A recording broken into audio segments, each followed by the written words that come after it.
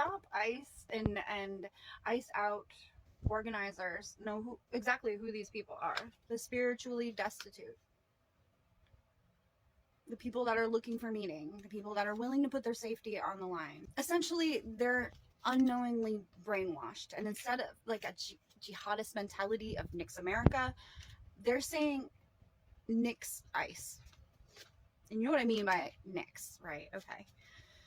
I think that a lot of this has to do with all the fraud in Minnesota, all the Somali fraud, the daycare fraud, the home health care, adult daycare, you name it, transportation. What else are we providing the illegal immigrants and the refugees here where they can lie on government forms and get paid to watch their own children drive to the store, buy their own groceries with EBT cards provided by the state, as well as probably drive around in a car that's being paid by government grants just right back to them. They're making millions of dollars.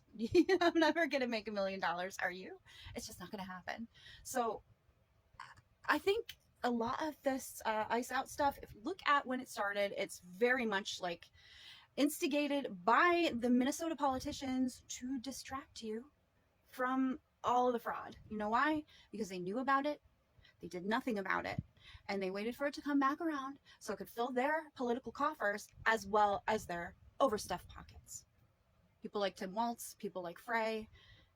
I can't even imagine how deep this goes, because every time Nick Shirley digs, it just seems like it's just more and more. And some of these fraudulent Somali businesses have been around since like 2004 or 99. And they've been collecting money ever since then.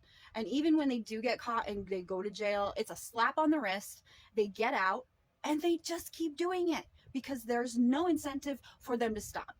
Throw them in jail for 10 years. Throw them in jail for 20 years. Maybe that's a deterrent.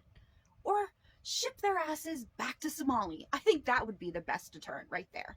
Send them back to where they came from. Maybe they can rob their country blind like they're robbing ours. And I'm not saying all Somalis are like that. I'm just saying in Minnesota, with this fraud situation, it sure seems like it's centralized in the Somali community. And it's not just the people that are actually committing the fraud, it's the people that are silent who know about it, who are also guilty, who should also be deported. If we can't trust you in a high trust society, then you don't belong here, period. I'm sorry, I don't want to be racist, but honestly, like, can the truth be racist if it's the truth? How I mean, it's an objective truth that it's the Somalis that are doing this. At least those are the ones that we've caught.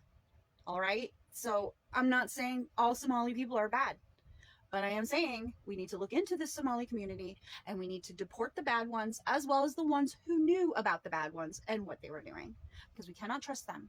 Do you want to live in a high trust society, Democrats? Then we need to deport the people that we cannot trust. They are ripping you off too. They're ripping you off and your family, and you wonder why you can't afford an apartment. You wonder why you can't afford a house. These people are living in your houses. These people are getting money from the government to pay for their rent, which is going up, up, up, up, up, up, especially after COVID. They're getting that money. Are you? No, you're barely making enough to get by, right? They're making millions of dollars. And I know people on Social Security who make $1,200 a month, and they got to live off that. So the people here are getting screwed. Meanwhile, the refugees and the illegal immigrants are making bank. Maybe not all of them, but we're sure finding a lot of fraud, and I'm sure it's probably in Vermont. We do have a large refugee population here, especially when you look at Somali, because we have a lot of Somalis living in the Winooski, Chittenden County area.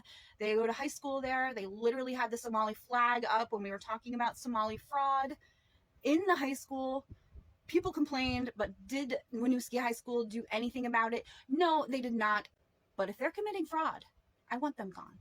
Don't you? Thanks for watching, you guys. If you like this video, please give it a like. If you really like this video, then subscribe or leave me a comment. Let me know what you think.